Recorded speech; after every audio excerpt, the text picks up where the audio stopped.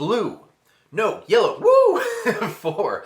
Clayton Sands, Wrath of the Tea-Mancer, Joseph Melio, Wow Dude, Jack Cottrell, David Yuff, Brian, Sir Law, Bree for Ella, 77, Dill Like Zombies, Homer Simpson, Jack Pritchard, and Jack Cervini. Wow, 2 Jacks in a row. But before we get going, I hope you don't mind if I take just a moment to thank the following people, who most certainly do not blow, for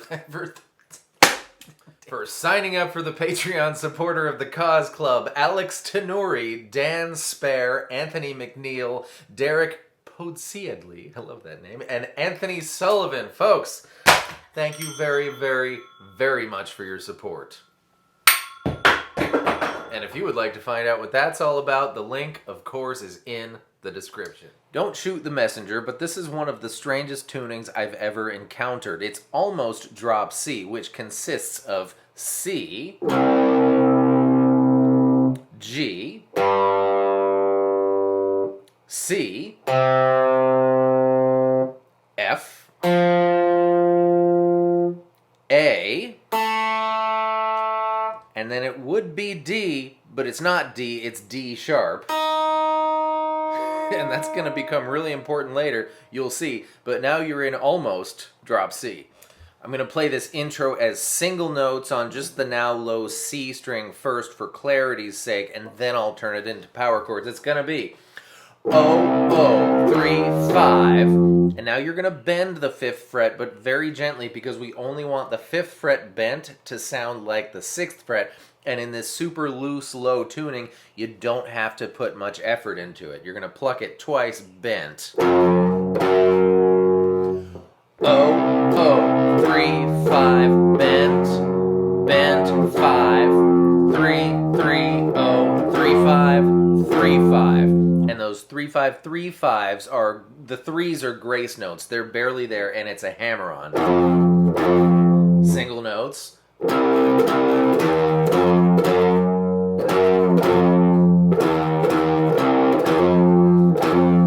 Power chords, and I'd stick to 2 strings, not 3 here. 3 makes it really kind of disgusting when you do the. You might like that. Do 3 if you want. I'm gonna do 2.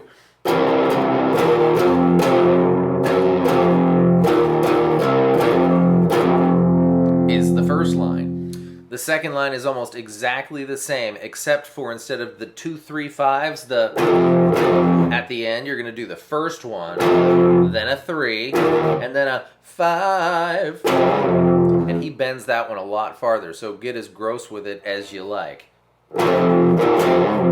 At the end.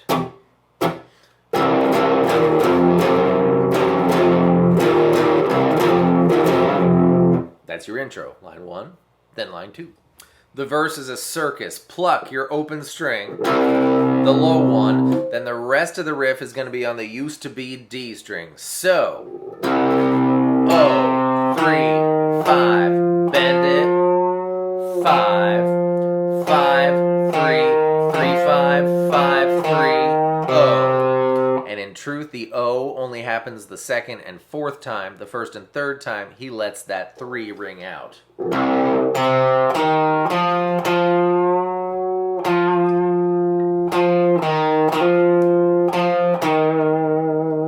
That's the first half. The second half is the circus part. 5, 3, 5, 5. And that's why we tune our guitar to that funny tuning. There's a musical term for that. It's 5, 3, 5, 5. Then on the low string, O, O, 3, 5, 3, 5, 5.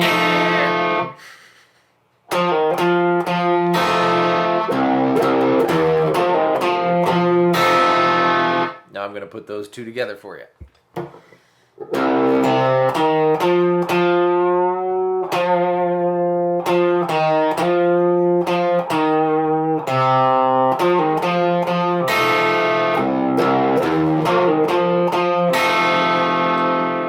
The chorus is straightforward.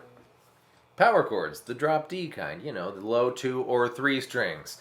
3, 5, 5, 5, 3, oh, 3, 3, 5, 5, 5, 3, 5. Bend that last 5. You do that 3 times.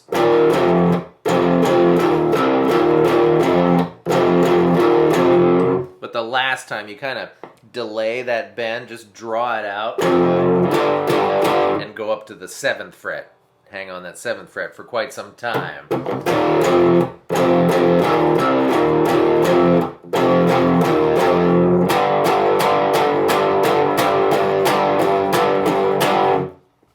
Nirvana has 2 types of solos on opposite ends of the spectrum and nothing in between. They've got, Kurt used melody solos, meaning he follows the melody of the song, the vocal melody, with his guitar almost and often to a T.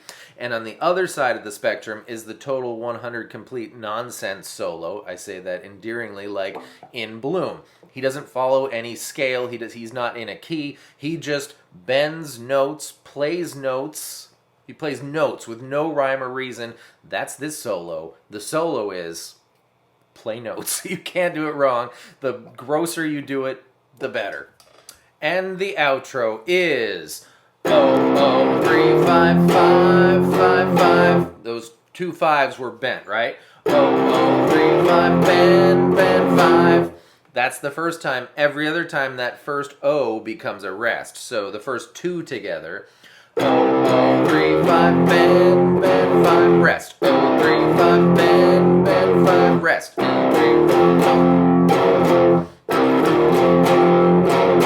And the very last time it doesn't end on 5. It goes bend bend O.